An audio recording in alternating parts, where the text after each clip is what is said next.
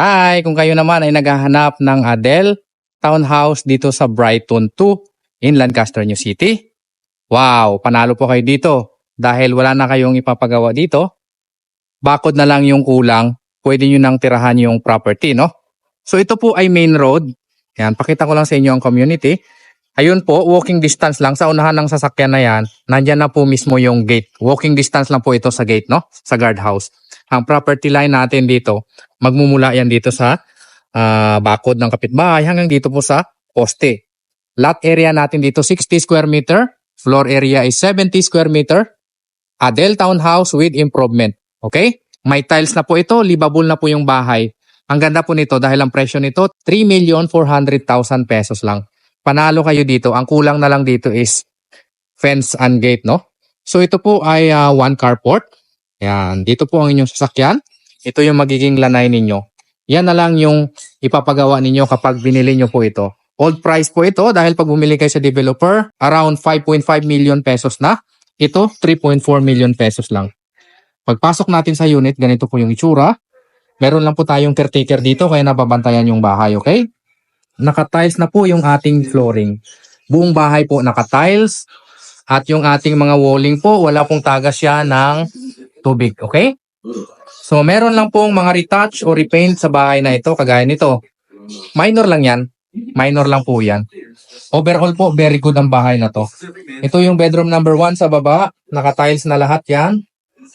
Maayos yung bahay na to dahil malinis pa, makinis, no? Ito naman yung kitchen. Dito yung kitchen natin. At ito yung toilet and bath. Wow, malinis pa po ito ang ating toilet and bath. May tubig at kuryente na rin yung ating bahay dito, okay? Panalo po kayo dito. Hagdanan natin paakyat, naka-tiles na rin. Ganito yung itsura ng ating hagdanan. Kaya nasabi ko sa inyo na panalo kayo dito dahil main road, malapit lang sa guardhouse, may improvement na. 3.4 million pesos lang ito. Yan. Pag-akit natin sa second floor, ganito yung itsura, naka-tiles na.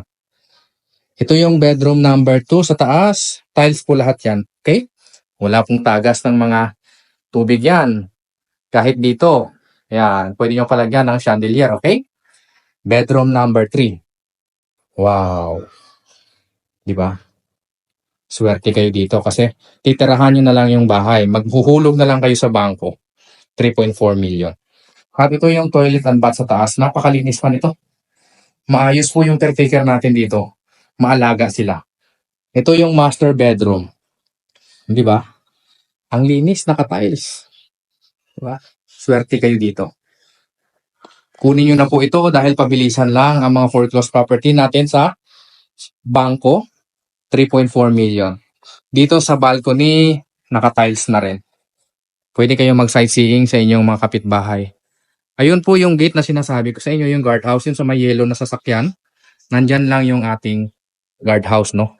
Kung gusto nyo mag-inquire sa property na ito, nasa screen ko lang ang number, paunahan lang po, kontakin nyo agad ako, okay?